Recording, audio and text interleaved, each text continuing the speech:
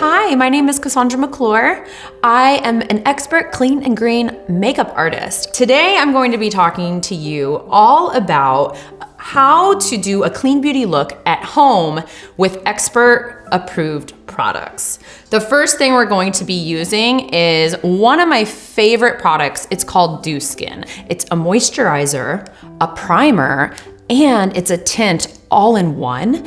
Now you can use your fingers or you can use a sponge. You can find these at any CVS or Walgreens. I like to just put a little bit on the back of my hand and dab my wet sponge. This is going to be really, really nice. You can start where you need the most coverage. For most women, it's around the eye and mouth and nose areas. So I'm just going to be placing the Dew Skin around my mouth, around my nose area, and just kind of patting, if you see the motion here, because if I wipe, I'm going to be just moving all of the product to one area. A little goes a long way, so start light and add as needed. If you're really insecure about a certain red spot, just build, wait a few minutes, and then apply more so that each layer can dry.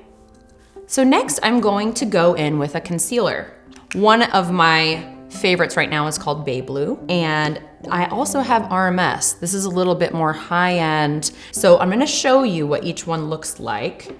And with concealer, you usually wanna use this after you apply foundation because you might not need the coverage anymore after you apply the foundation. So I'm just going to pat in with a different area of my sponge, and then I'm gonna go where, like right under my eye area, and anywhere else that I think that I might need it. Around the mouth can get a little bit red, so we can do that. And on the other side, I'll use the RMS to show you how this coverage looks. This one is a little bit more sheen, a little bit more dewy, it's a little bit lighter.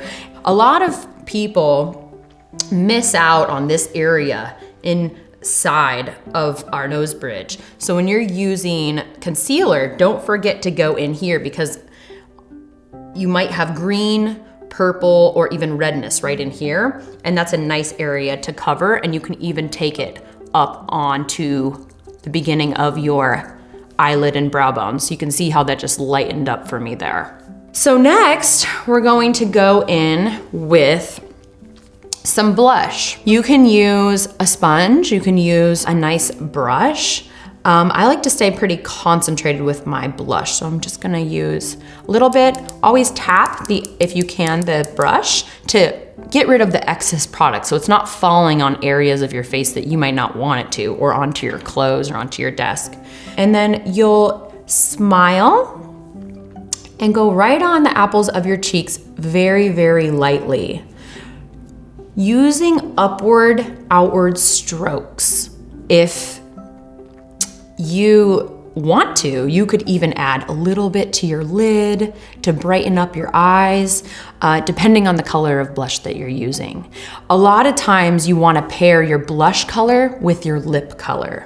So this is from Beauty Counter as well. This is in the color Dahlia. So with gloss, you'll just want to start in the center, work your way out, purse your lips together, and that's it.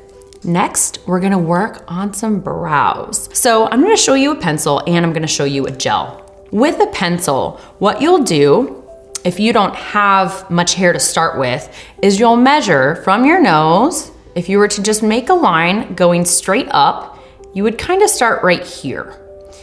So that's where the beginning of your brow would start. Then your arch, you'd want it to go the middle of your eye. So usually, if you were to point the pencil like this, you can kind of find the arch.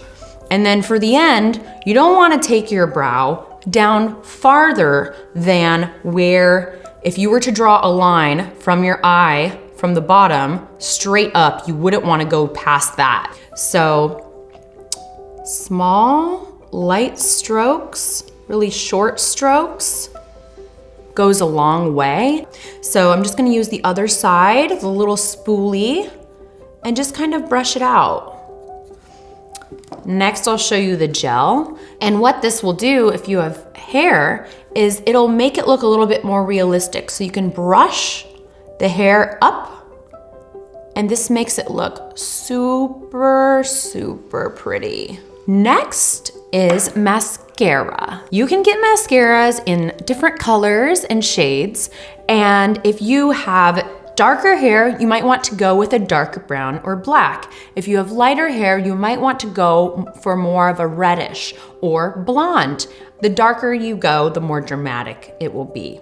So mascara wands are all very different, but if you have smaller eyes, it's better to look for a wand that's a little bit smaller to make it a little bit easier to apply. Mascara should be applied straight across and just brought up.